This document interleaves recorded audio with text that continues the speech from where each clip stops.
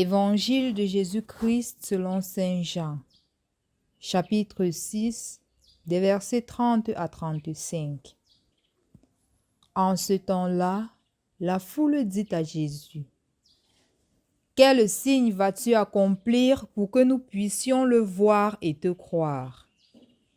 Quelle œuvre vas-tu faire? Au désert, nos pères ont mangé la manne, comme dit l'Écriture. Il leur a donné à manger le pain venu du ciel. » Jésus leur répondit: « Amen, amen, je vous le dis. Ce n'est pas Moïse qui vous a donné le pain venu du ciel. C'est mon Père qui vous donne le vrai pain venu du ciel. Car le pain de Dieu, c'est celui qui descend du ciel et qui donne la vie au monde. » Ils lui dirent alors: « Seigneur, donne-nous toujours de ce pain-là. » Jésus leur répondit: « Moi, je suis le pain de la vie. Celui qui vient à moi n'aura jamais faim. Celui qui croit en moi n'aura jamais soif. » Au nom du Père, du Fils et du Saint-Esprit. Amen. Loué soit Jésus-Christ. Continuons notre cheminement pascal. L'évangile qui nous est présenté parle de façon détaillée du problème des miracles. Il y a de cela quelque temps, nous avions vu comment est-ce que Jésus, ayant le souci de ses auditeurs, le souci de ceux qui se sont déplacés pour l'écouter, a multiplié le pain. Ayant ce souci, il a nourri justement la population. Mais la population, malheureusement, s'est de plus en plus limitée aux choses temporaires. Premièrement, en voulant faire de lui leur roi.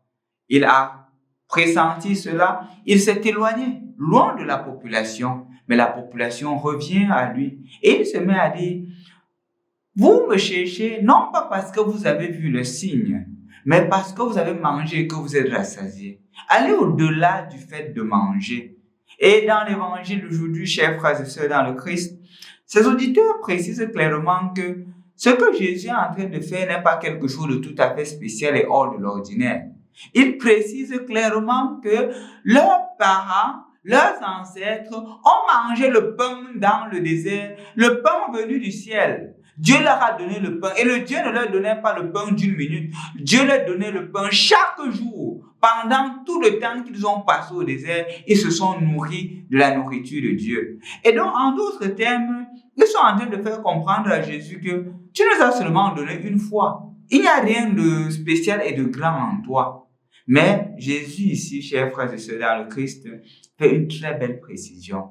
Premièrement, il dit, ce n'est pas Moïse. Ce n'est pas Moïse qui vous a donné le pain venu du ciel. C'est Dieu, c'est mon Père. La réalité est plus grande. Et donc, si ce n'est pas Moïse, ce que vous devriez faire, c'est de ne pas vous limiter sur le temporaire, sur ce qui est toujours présent là. Il faudrait aller au-delà de ce qui est manifeste, au-delà de ce qui est visible, aller à la source de la réalisation du miracle, qui n'est pas le pain qui est visible, mais justement l'union à Dieu. Unissez-vous davantage à Dieu à travers ceci. Ne vous limitez pas à un homme. Ne vous limitez pas à un homme. Chers frères et sœurs dans le Christ, ce passage de l'évangile est on ne peut plus important. Parce que c'est un problème sérieux de plus en plus dans notre société. Le problème de centrer notre foi et notre espérance en des hommes à cause des miracles.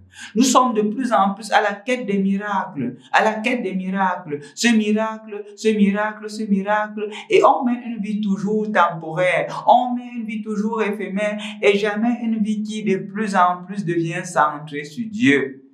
Une vie qui de plus en plus nous unit à Dieu, qui de plus en plus nous fait comprendre le vrai sens de la vie, qui n'est pas seulement le fait de bien se vêtir, le fait de bien manger, qui est nécessaire, mais qui doit au plus profond nous conduire à nous unir à Dieu, à découvrir Dieu, à l'aimer et à demeurer fidèle à Dieu.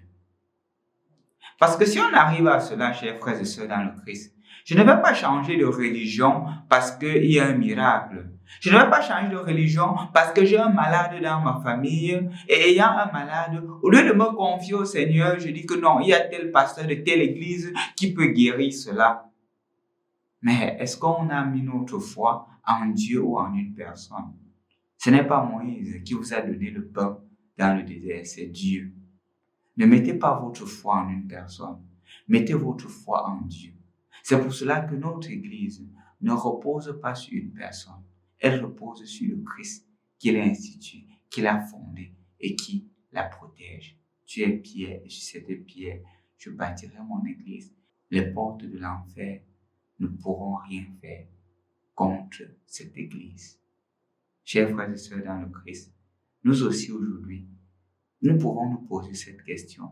Est-ce que je mets ma foi en Dieu ou en un homme? De manière à ce que quand je reçois une déception d'un homme, je me mets à dire que Dieu n'existe pas. Ou quand je reçois une déception d'un homme de Dieu, je me mets à changer de religion. Quand je reçois une situation difficile, je me voue au premier qui se pointe à la porte. Si c'est chez les marabouts, je m'engage. Si c'est chez un voyant, je m'engage. Si c'est chez un pasteur, un vendeur d'illusions, je m'engage. La femme qui justifie les moyens. Non. Jésus dit, rappelle-toi qu'il agit toujours dans ta vie. Et les moments difficiles sont les moments où tu dois davantage raffermir ta foi. Parce que lui ne t'abandonne pas. Il demeure fidèle. Il sera toujours fidèle. Au nom du Père, et du Fils et du Saint-Esprit. Amen. La famille Miss Jeune